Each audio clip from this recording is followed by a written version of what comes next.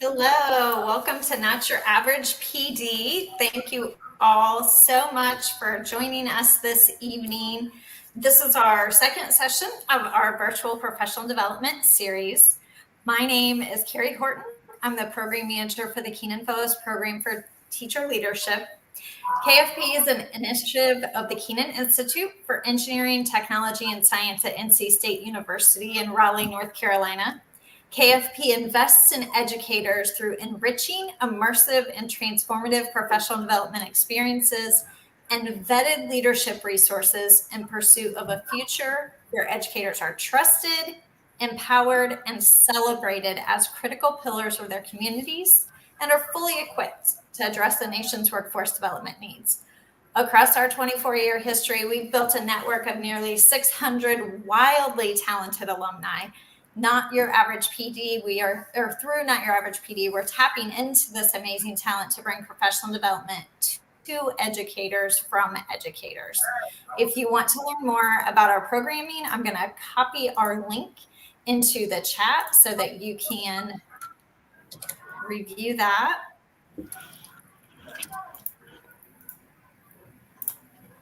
And tonight we have two of these amazing Keenan Fellow alumni who just blow me away with their drive and creativity, especially in navigating co-teaching virtually across the state of North Carolina through PBL.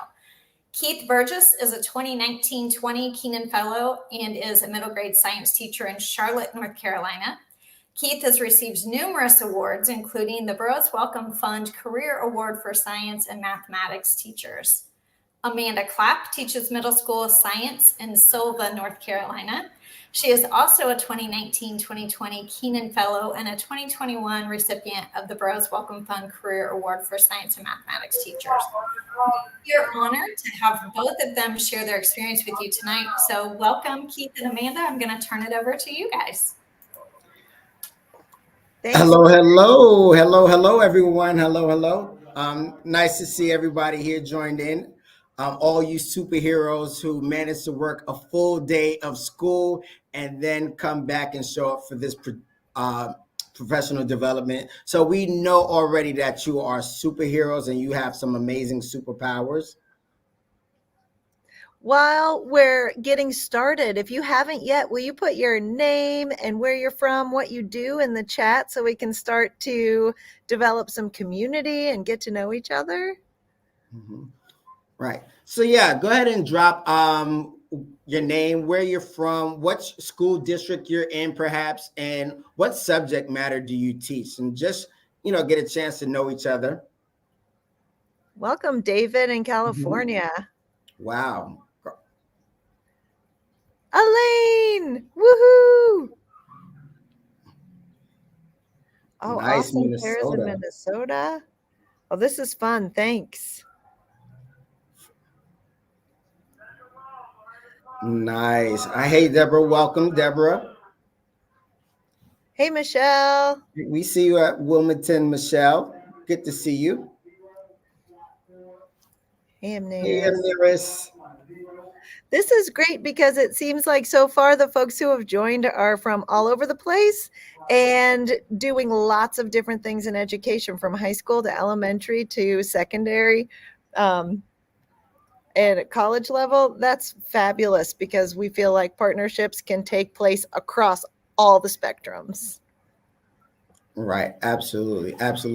And just keep in mind, like, as we go through this on PD with you online, I come from an old Baptist church, and the preacher used to tell us the more quiet you are, the longer I'm have to talk. So I don't know if you're getting it or not. So as long as you're giving us some positive energy and positive feedback in the chat, we're going to definitely welcome that. We want you all to know this is a safe space, and we welcome all of your comments, all of your feedback, and it'll just do nothing but spark dialogue and community while we're going on. So please feel free to jump in any thought, any idea that you want to share.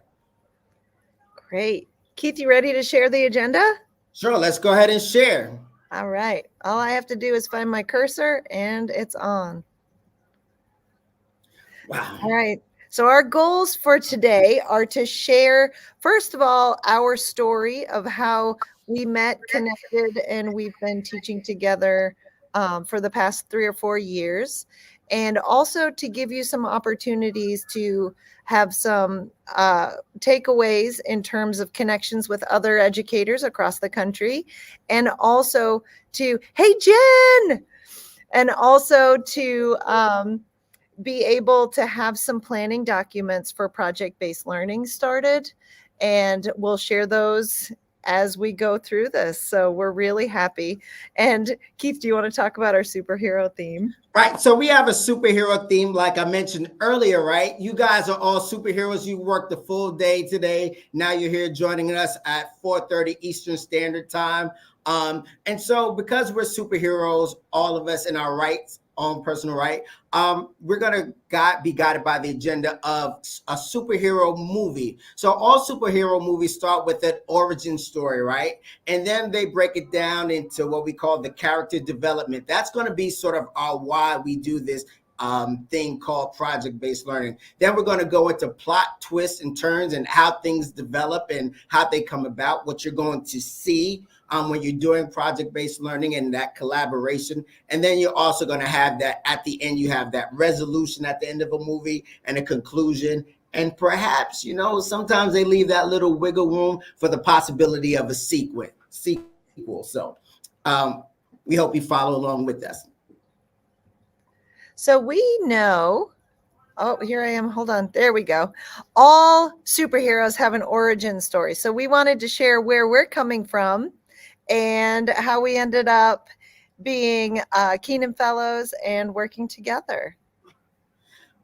All right, so my superhero, my alter ego is the Black Panther. And one of the superpowers of Black Panther is that he has this telepathic resistance. So if you try to get in his brain and try to convince him or try to influence him, he's going to be able to block you out. And he also has this super healing factor that's associated with him. So if you harm him, he's going to recover real quick, right? And so that's what I feel my superpower is when I have to teach in an urban middle school day in, day out. I feel like I have to have that telepathic resistance to kind of block those things that are entering into my mind and trying to defeat me. And I also have to have that super healing factor, because even after a busy day, I have to be able to wake up in the morning and be ready to do it again. So I'm the Black Panther.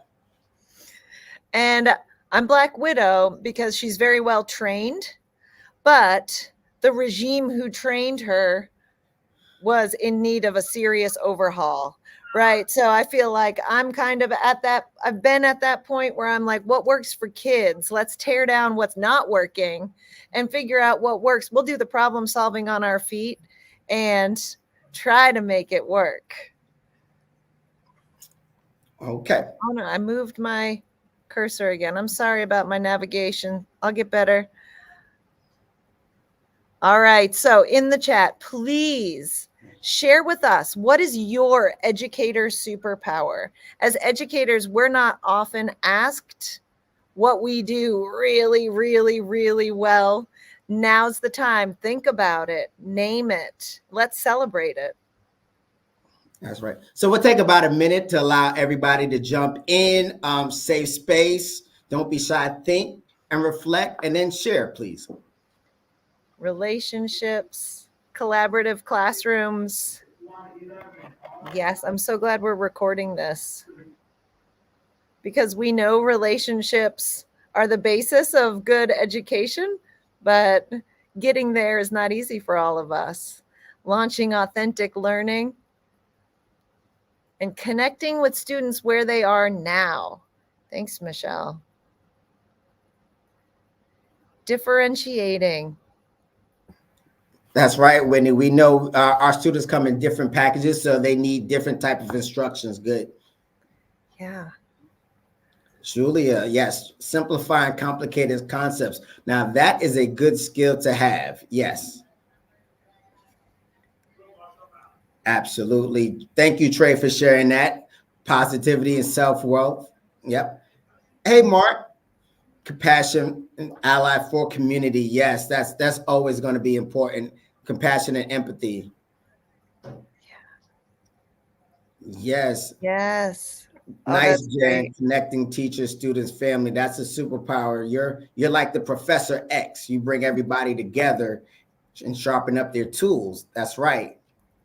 And Anybody else? something, oh, sorry, Keith, No. something that we own, acknowledge, and celebrate as Keenan Fellows is that the room is always full of experts. So while we're facilitating and sharing our experience, please share your experience and share resources and other strengths that you have in the chat so that we can start to connect and really build this.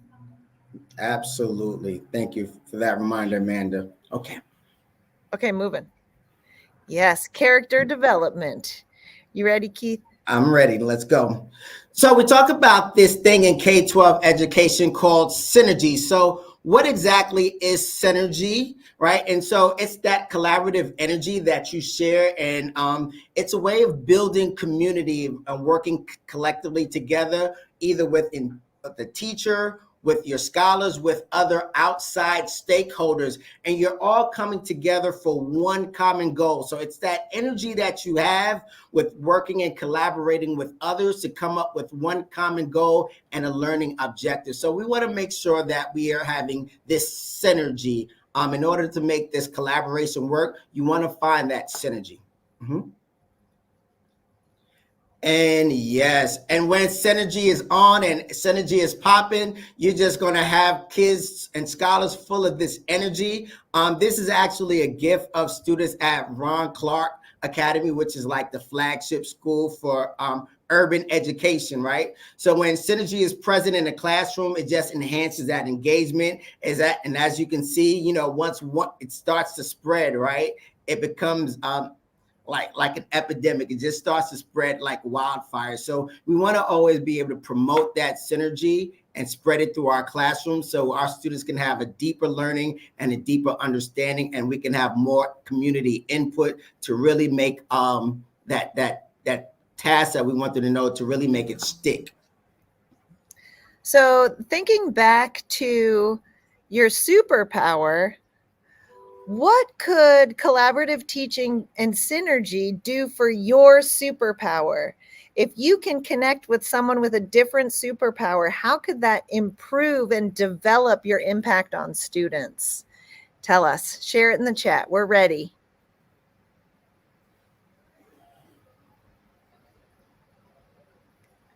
We're asking some thinking questions, Keith, aren't we? Now it's getting deep. Yes. These are superheroes. These are the superhero educators. So they're not your average educators. They got this.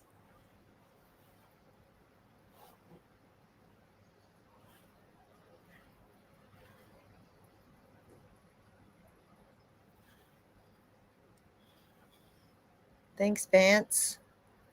So you're very task focused. And if you team up with a dreamer, then you can get the details done for the big picture. I appreciate that. I'm the big picture person who walks away with things left undone. So, So yeah. Carrie and Vance, you two will work really good together, and I'm sure that's why you have that synergy now working together over in Keenan office. And seeing Yes, a diversity of perspectives. that's very important, Mark. Yes. Yeah. And that was one of the key goals for when Keith and I started working together. Our students only kind of experienced life in our schools, which we're going to talk about next. And there's a lot of people that they have never had an opportunity to talk to. And so they were missing a diversity of experiences and viewpoints. Oh, thanks, Whitney. Nice. More flexible learning environment that allows individuals. Mm-hmm. That's right. Mm-hmm. Yeah. And that doesn't have to be physical. That environment can be digital, virtual, at home. We can really add to the landscape of our students' learning. Well, we'll come back to this and keep thinking about it, because our goal by the end is to connect all of us in some way to develop our superpower. So moving on with our movie character development. Keith and I met in 2019, and do you want to say this part? You did a good job when we were practicing. Yeah, I'll talk about this. So I met Amanda in the summer of 2019, and this would be a good opportunity to do a shameless plug for Keenan Fellowship. Anybody who's interested, who's teaching in North Carolina. We met at the Keenan Fellowship retreat that happens in June, and we realized we hit it off. We made a connection. Amanda works in rural mountains of North Carolina. I teach in the urban section of North Carolina in Charlotte. And we thought, well, it would be a great idea if we could get a collaboration going with our students, right? And we decided we would do a project-based learning project on companion planting. Certain crops that you plant together will grow better in the same environment. And we wanted to see if these plants would grow better in the mountains versus our urban communities. But a small thing happened that kind of put put the brakes on our plan. And that was this thing called COVID-19. And so we had this big idea about collaborating with our students. So we had to shift. We had to do a shift. We didn't change our idea. We just shifted. And so we changed our idea from planting to creating this digital blog where students were still able to collaborate, have a sense of community. And so we created this digital blog for our students to connect with each other. And we decided to share units and share the regular learning curriculum. And that way they could build community through this blog. So we shifted from in-person to virtual person. And it worked out pretty good because in the end, we were able to get a grant for the idea that we had. And that gave us the funding. We got the grant from Association of Middle Level Education. It was about $3,000. And that allowed us to pay for the blog, pay for some equipment, and some more planning that went into this merging of our two schools. Now we have the link for you. If you teach middle level students, you can apply for this grant through the AMLE, but it's not, they don't do the collaboration mini grant anymore. They have a successful middle school grant, which is a little bit more money and a slightly different application, but it's still, Keith and I pretty much have funded everything in our classrooms, after school professional development through grant writing. And we're always happy to share those resources for folks who can use them. Yeah, okay. All right. So there are lots of benefits to this synergy that we can build between ourselves as educators. And we're going to kind of highlight two different aspects. And the first one is in terms of teacher evaluation. These standards are from North Carolina, and standards 2, 3, and 4 are the ones where really you can walk in at your mid-year or end of year evaluation and show evidence through your PDP or whatever you use in your state to show evidence of growth in these professional areas. So establishing a respectful environment for diverse students, not only your students, but students from another community. And knowing the content you teach. Keith and I, as middle school teachers, know that we can't be experts at everything. Our curriculum is so broad, but being able to bounce ideas and then other depth, we can really influence how much we understand about the content. And we can also facilitate learning for our students in a much different, broad, effective, and authentic way. Perfect. I had to turn off my email because it sent me there we go. We're back to it.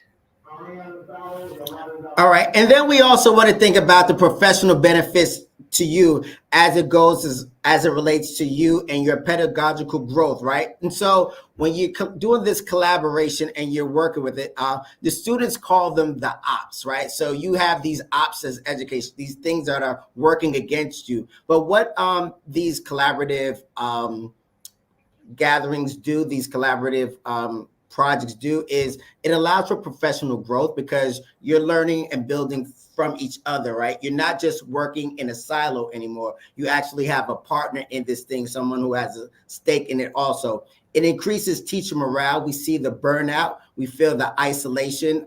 So this kind of gives you an opportunity to work with somebody else, and you can build and collaborate and grow together.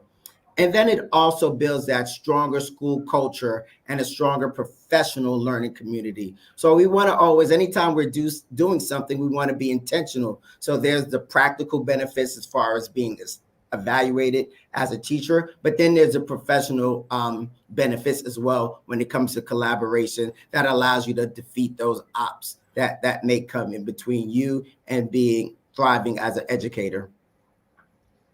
For North Carolina folks in the STEM education fields, our work together helped strengthen this CAST award application. So through Keenan Fellows, Keith and I met the Boroughs Welcome Fund representatives, and they said, we have this big career award for STEM teachers, and only 4 people every other year get it. And it's only in North Carolina. So sorry, folks. But if you're in North Carolina, this is a great opportunity. In 2021, Keith and I both applied for it. So for a second, we were like cheering for each other, but we were, what's it called? Opponents.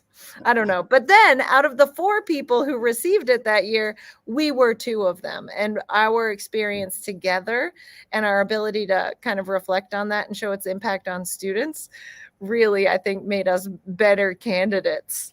And so now we are able to use this funding, which is $175,000 over the course of 5 years.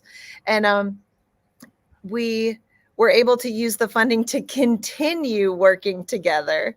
And that's what we'd like to talk to you about next, because for the past 2 years, we've been doing water quality project-based learning units with our students as lab partners. Yes. All right, so we come into that section with the plot twists and turns. And so this is our section where we're talking about what it is that we actually did and how we went about doing it. So could you, in the chat, just give us a 1, 2, or 3? 1 is, I'm not sure what project-based learning is, but it sounds great. That's going to be not an option. That's going to sound great to Alt 1, 2, and 3. And number 2, I've read about it and tried it. And then 3 is I use it regularly in my classroom. Where do y'all stand? The reason we want to know is we could spend a lot of time on the why, or we could spend a lot of time on the how, or just pictures of kids doing cool stuff. All right. We're looking at 2s, 3. Kara, you better be a 3. All right, Kara, I'm sorry. Reading your name's hard. All right, Whitney, thanks. Yes. Sweet. Great. 2s and 3s. Sonia, Perfect. 2. Okay, Sonia. Linda, hey, Linda, 3. Michelle, 3. Okay. 3. Sweet. So we can give a little bit of a framework and then just move on to what we did and how we used that framework to enhance our students' experiences. So really quickly, a lot of folks say, well, I do projects in my classroom, so of course I'm doing project-based learning. Projects, what we usually talk about are like when you learn about volcanoes and then you say, okay, kids, let's make volcanoes. And instead of getting lava or magma, which is hard to come by, instead you get vinegar and baking soda and you make a model of a volcano. There at the end, it's like dessert. The main meal was maybe lecture and lab and demonstrations, and then the project is the dessert at the end. Project-based learning is where you pose the question at the beginning before you teach anything that the kids have to work to answer all through their learning experience. So instead of doing the project at the end, you start it and it takes much longer with lots of little steps. There are some really key components to projects, project-based learning. And before I click to the next slide, I want to see if anybody wants an extra video. There's one on YouTube that's fabulous, and it's what project-based learning isn't. And if you haven't seen that yet, we can share the link with you. And this helps kind of the other folks in your building if they're not doing as much project-based learning and they think your kids are just kind of noisy and all over the place. This may be a way to help them understand it. So in terms of project-based learning, there is this big idea of a public product. Instead of the students presenting to each other or to you, they are teaming up, interacting with, and then presenting solutions to an authentic audience.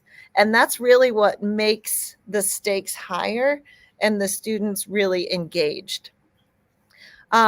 You can see that the key knowledge picture that I put up here includes a challenging problem, sustained inquiry. We're making our project authentic to our students, and we're including lots of choice for our students, lots of time for reflection, and then critique and revision.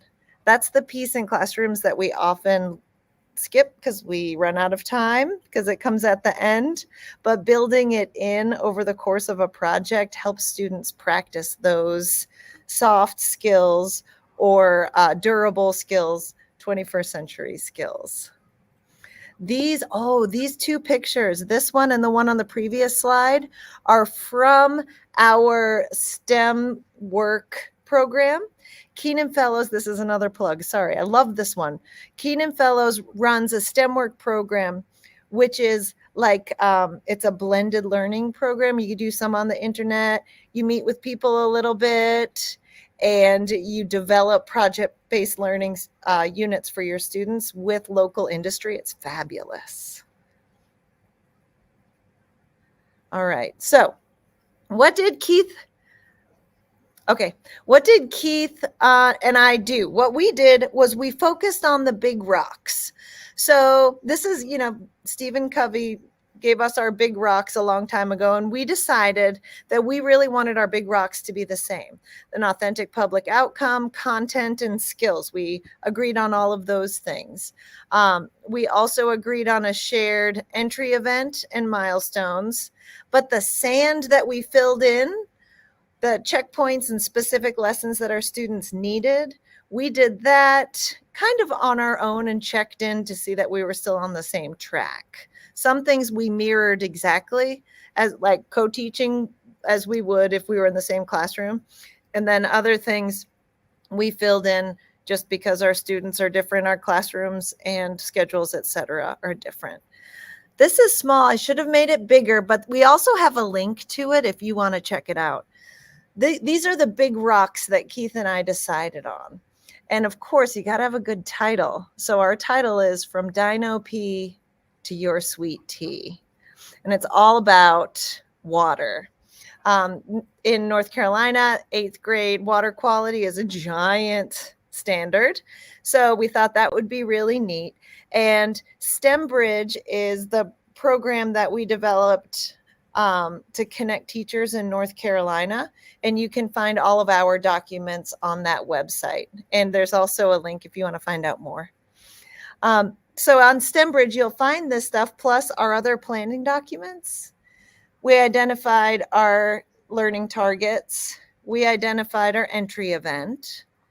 We thought about really important examples of student voice and choice, and the driving question, that big idea that was going to keep kids going for a couple weeks. What makes it relevant, and then public product ideas. We also identified what help we needed. And all of this changes over time, as most things do when you plan. But those are our big rocks. So those are the things that we really stuck to, even if the details changed. All right, so we had to go by a framework in order to make this project successful. And if you look at this framework, we started out with, we worked from the end product to the end. So we working backwards. So we started out with this public product. We knew we wanted our students to have a public product because having that public product and presenting to stakeholders, authentic stakeholders in the field, is what we call the gold standard of project-based learning. So we did have some relationships with some people at the University of North Carolina, Charlotte, and they shared that they would be happy to allow us to use some classrooms and some facilities for our students to come and present their findings during this project. Then we had a couple of events. We have our inquiry and reflection milestones that we went through in order to get the students all on board and get those big rocks that we wanted them to understand regarding our water quality unit. And then we had to go back to beginning and say, what's going to be an entry event to hook our students, right? And so for our entry event, everybody's familiar with the Jay-Z, and all of our students, they're part of this hip hop culture. So we had students watch a video that Jay-Z did about water for life, where he was working with countries in sub-Saharan Africa to bring them water wells and bring them opportunities to bring good fresh water to their schools, because a lot of the schools did not have running water. And the video showed students in these sub-Saharan countries, I think the country was Angola, who had to walk about a half a mile to a water well each morning before they went to school just to get the family's water. And so she would wake up at 6 o'clock in the morning, and from 6 a.m. to 10 a.m. before she went to school, she would have to go fetch the water for the family before she could even start school. So Jay-Z went on this water excursion with her to help find this water. They found the water. He tried to help her carry this big thermos of 5-gallon jug of water back to her village where she lived. And we thought it would be a good idea if we could get our students to kind of replicate this activity. So we had students fill up buckets of water, right? We had them walk for about 50-yard distance just to get that feeling of what it must be like as a student who's about their age to wake up in the morning at 6 a.m. and have to go fetch the water for the family. And that was kind of the hook for the students. That was when the students had that aha moment, like, wow, this is real. We're really fortunate to be able to just walk a few feet to the bathroom and turn on the faucet, and we have the convenience of clear, potable running water. And they realize that most people, a lot of countries around the world, they just don't have that convenience. So for them, this was a great entry event. And if you see on the left, you see Amanda's students working together. And then on the right, you see my students in Charlotte, North Carolina, carrying a bucket together. Now in the video, the girl carried the bucket by herself, but these kids, again, they're helping each other carry the bucket because it is a heavy lift and very burdensome. Yeah, so Vance just asked, did they do the same activity in both locations? And the answer is yes. There's a video where Jay-Z's, walking with kids and talking to families. And then our students did a kind of a notice wonder protocol. And then we tried it. And the first time that the students could interact was through Flipgrid. And so we used Flipgrid to introduce them to each other. And we did our notice and wonder protocol, which is just a basic visible thinking protocol. We used Flipgrid. So thanks, Carrie, for sharing that. And all we did was introduce ourselves and say what we noticed and what we wondered from the video and from our experience. And then the students commented on each other's thoughts. So they got to see each other's faces, hear each other speak, and not be in an awkward kind of silent Zoom meeting where everyone's scared to death, because we tried that one year too, and that doesn't go well. This was a great way to introduce kids to each other. Keith and I each had one too, so they could see us as well. Mm-hmm. And like I said, with the app Flipgrid, if you're, again, collaborating from distance, this is a good mechanism for students to introduce themselves to each other. It's a good way for the students, when we all know that they enjoy social media, there's some emojis that they can put on in their response. They can also like and add hearts. And so that really allows for more collaboration when you have those abilities for students to like each other's comments and suggestions and their work. So from this entry event, we went forward, and we're going to show you just a couple examples of how we connected the students.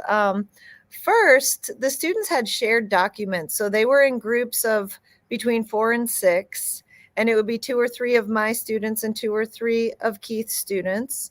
And they would create, everyone was responsible for their own section of research and sharing on this document. So over the couple weeks the kids were working on it, they built up a body of research that they could all access and that we could also access. They also shared it with us. And we also invited people from the community, of course, and you can see the Zoom screen capture is where the students all were asking questions of a stormwater, I think is it the Charlotte Meck stormwater person. So she came on and she answered questions about where stormwater goes, how it's treated. It's not.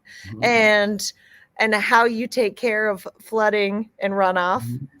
And then using some of this funding that we've been mentioning, we got the students together for 2 different days at the end of their project. So the one big field trip day was Keith brought his students out to Cullowhee, and we got in the Tuckasegee River, and the students worked together to do water quality testing.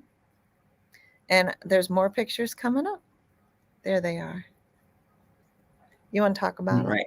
Yeah. So in the first picture, you see a group of our students. They've now met via Flipgrid. They've now met via Zoom and in their chat groups. And now they're finally getting to interact in person, right? And so they're creating these posters, they're writing notes, they're doing this collaboration. They're sharing with each other. So again, these are opportunities for inquiry. They're having opportunities to reflect.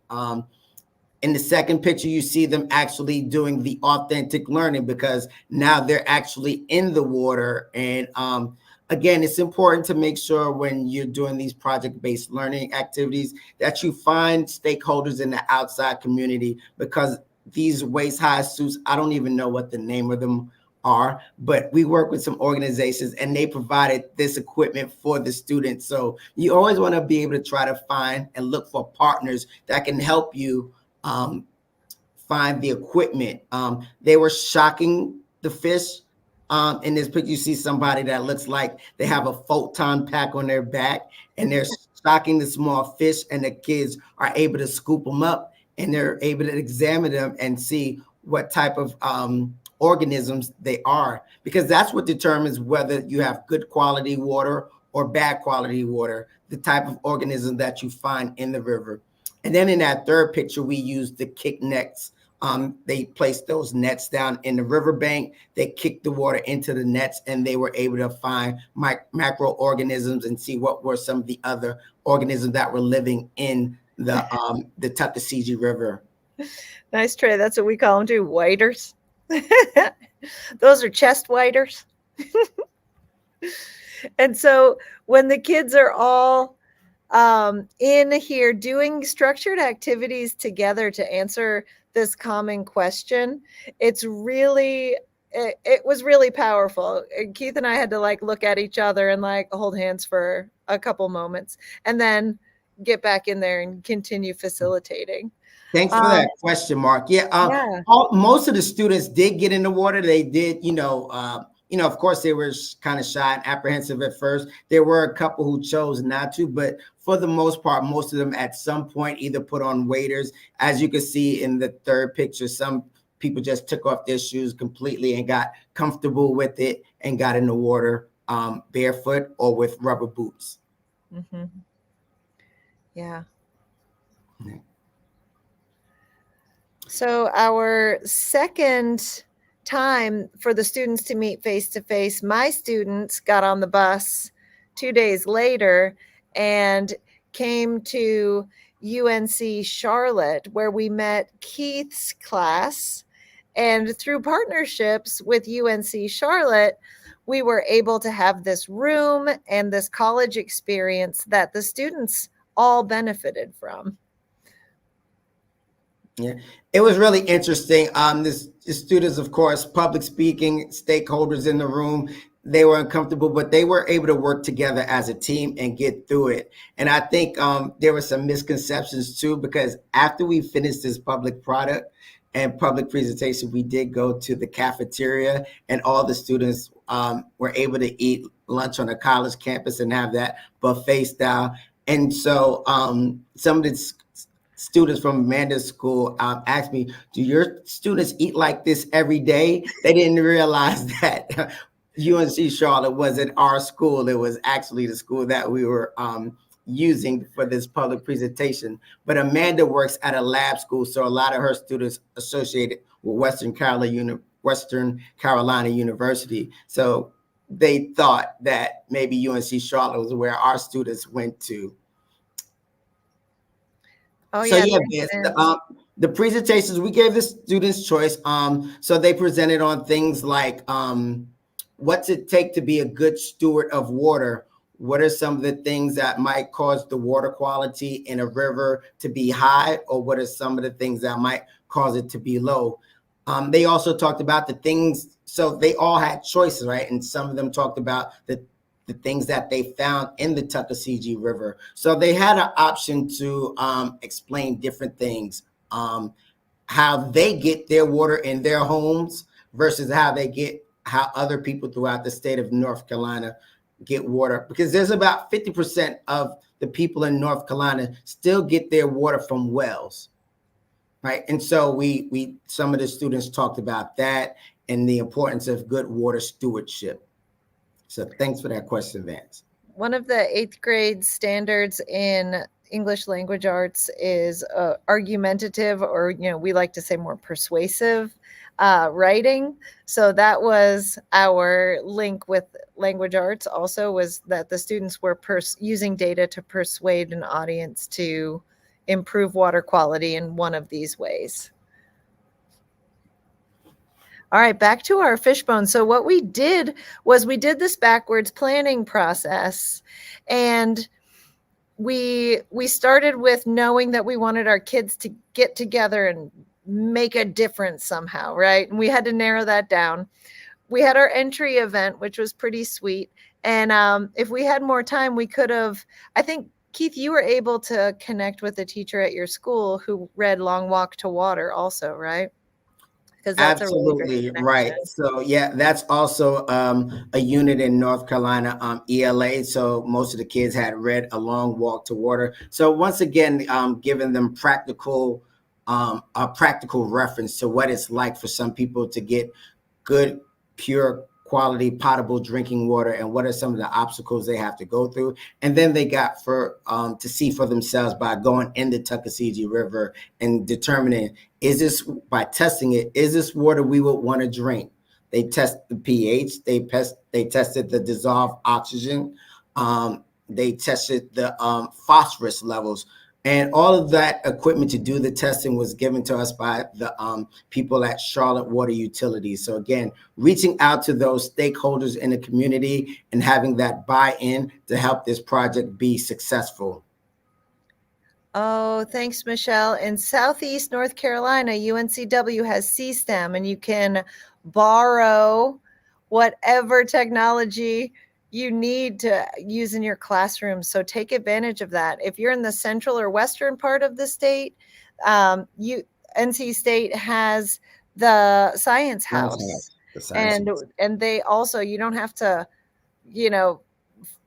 buy all of this equipment. You can just call people up and borrow it. One other thing I wanted to say about this fishbone and also that big rocks matrix that we shared, Carrie shared in the chat a link to a Google Doc, and that's just a blank fishbone and a blank set of big rock squares. If you want to use them as a worksheet, maybe they'll be helpful for you planning your next project-based learning unit. Both of those resources are from Open Way Learning, which is a group of folks that works on innovation and experiential education. So they got good stuff. All right. Okay. So we talked about our experience and how can we all get together and start sharing these across all of our classrooms. All right. So to do that, we want to talk about, focus briefly on what are some collaborative strategies that you might want to incorporate into your pedagogy. And this is a way to embrace your superpower. So you've all, signed in, you all acknowledge and recognize what your superpower are. Now it's time to take those next steps to find a collaboration partner, somebody who you're going to do this collaboration with, right? So step one is you want to find your dynamic duo. So begin by networking with like-minded colleagues, and keep in mind, just like Amanda mentioned before, there were some teachers that I worked with who were ELA teachers, and they did the intercurricular thing because they shared the story A Long Walk to Water. So it made it more impactful when students were able to read that book and couple it with the things that they were doing at East LaPorte River and some of the other activities they were collaborating with. So find your dynamic duo. Who's somebody who you think will do good with working with you? Hello? Hello?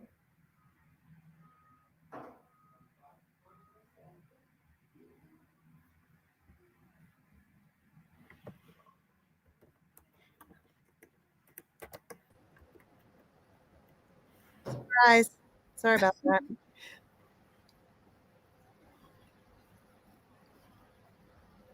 I got you. Here it is. Thanks. All right. So just try to find your dynamic duo, somebody who you can collaborate with, and again, form that synergy with. All right, that partner. Step two is going to be Professor Exit. All right, Professor X, if you're familiar with the X-Men, Professor X, he combines the X-Men. He takes people who have these incredible powers. He helps them focus on what their power is. He brings them together. He helps fine-tune their superpowers so that when they work together as a group, that they're that much stronger. So reach out to outside stakeholders. Amanda and I work with many outside organizations in order to make this project-based activity successful. We couldn't have done it alone. Which brings us to step three, be like Tony Stark. Oh, sorry. Be like Tony Starks. And Tony Starks is that billionaire Marvel character known as alter ego Iron Man. And Tony Starks uses his billions to fine tune his Iron Man costume. So we recommend that you apply for grants, whether it be through Burroughs Welcome, AMLE, or your district. Find those grant opportunities. For me to take a charter bus with my students 3 hours from Charlotte to Cullowhee, North Carolina, it was about $4,000. So we couldn't take an activity bus. So we had to spend $4,000 just for the bus to get there. And that wasn't including lunch. And don't Hulk smash out is our final tip when looking for a collaborator. Amanda and I have worked with other educators, and sometimes they're able to show up. Sometimes because of extenuating circumstances, they have to drop out. So we suggest that you don't smash out. Don't just throw the baby out with the water. Take a deep breath, refocus, be flexible, understand that sometimes your colleagues might not have the same superpower as you, and try to move forward and then go back to step one, which is find that dynamic dual partner that will work out for you. So one way to find your people is to attend conferences and join professional organizations. We threw up some of the ones that we are a part of.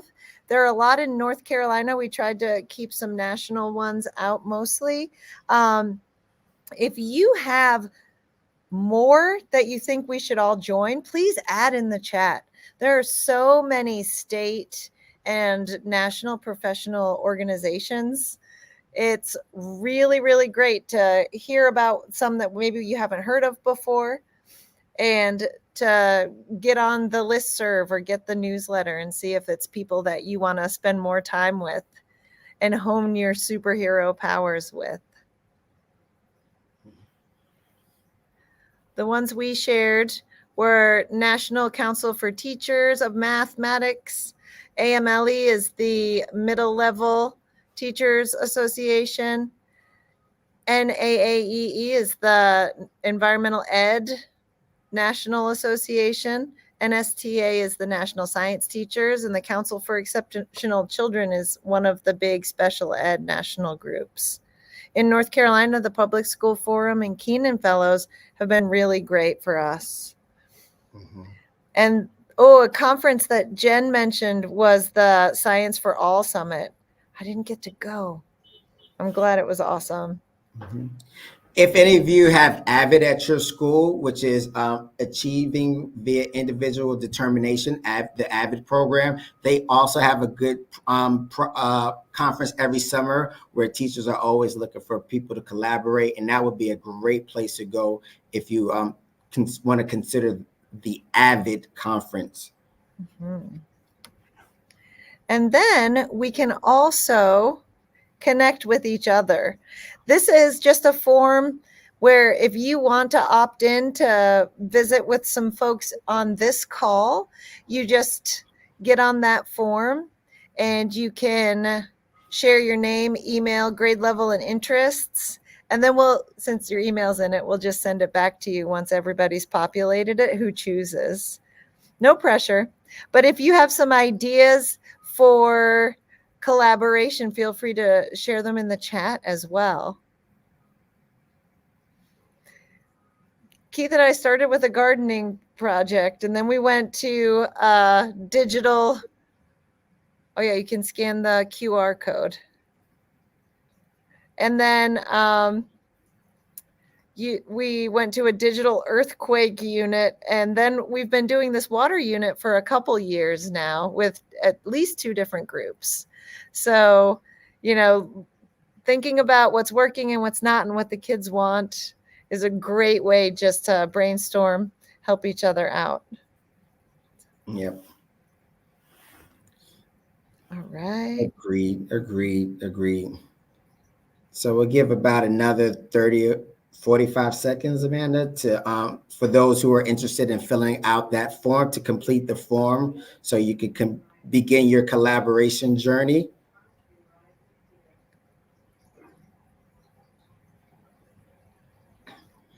And if you have questions, we'd love to hear them also.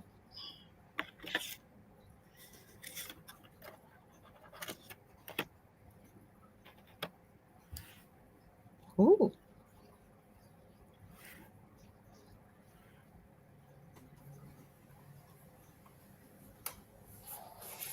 If anyone has questions for Keith and Amanda, we're going to let them take the last few minutes and share any of their insights from the amazing work that they did. I know that you guys spent tons of hours working together trying to figure out how to make this work, given you had a COVID plan or had a plan and then COVID changed all that. So I love that question from Vance. What challenges did you encounter? How did you guys navigate those? Mm-hmm. Well, I'll jump in there. Just to begin the challenges off the bat, we started during the pandemic. So one of the challenges was that digital divide that we all heard about.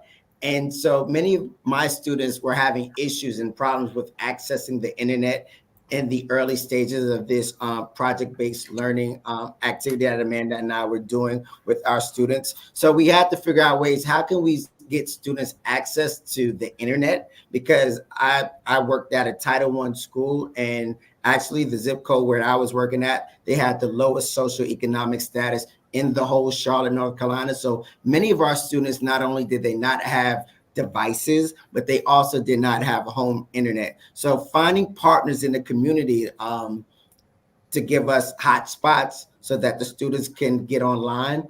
That was one thing that we were able to find, and work with some outside organizations.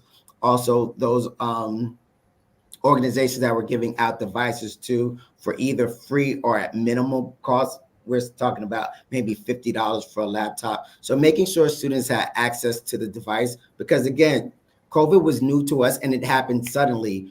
We were called into a staff meeting and said, we're not coming back to school.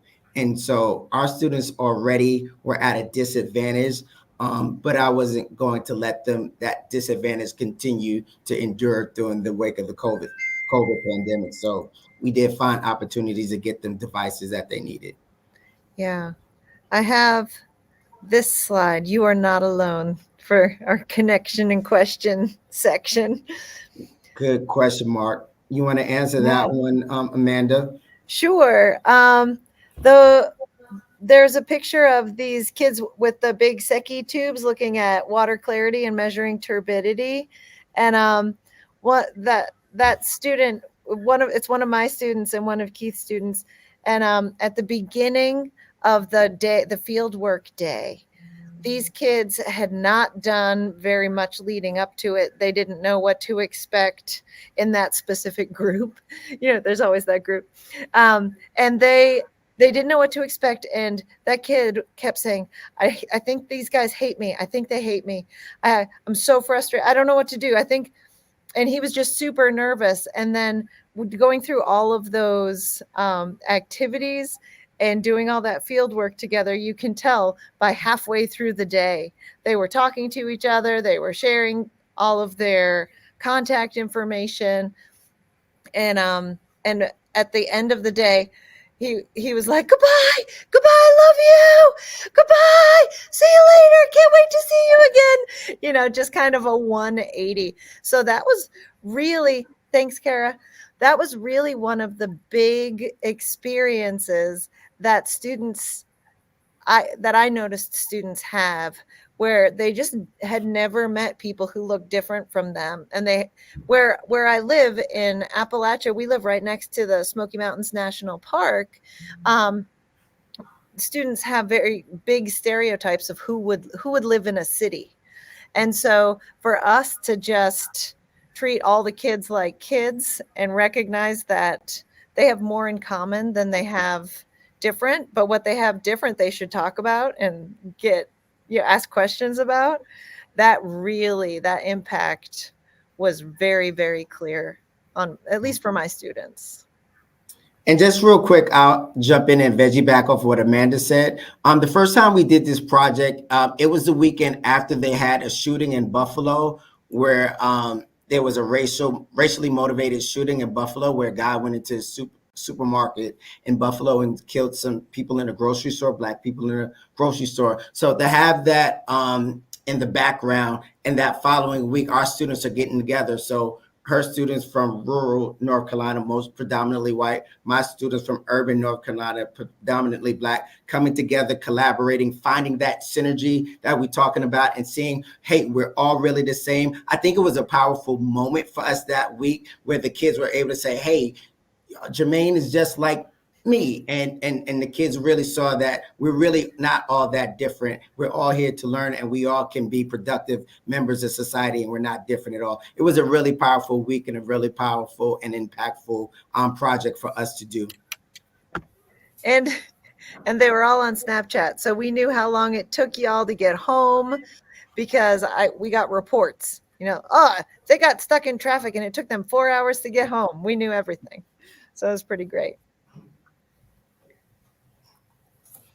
Well, Keith and Amanda, we want to thank you both so much for sharing your expertise with us tonight, and how you navigated project-based learning through a pandemic and across a state.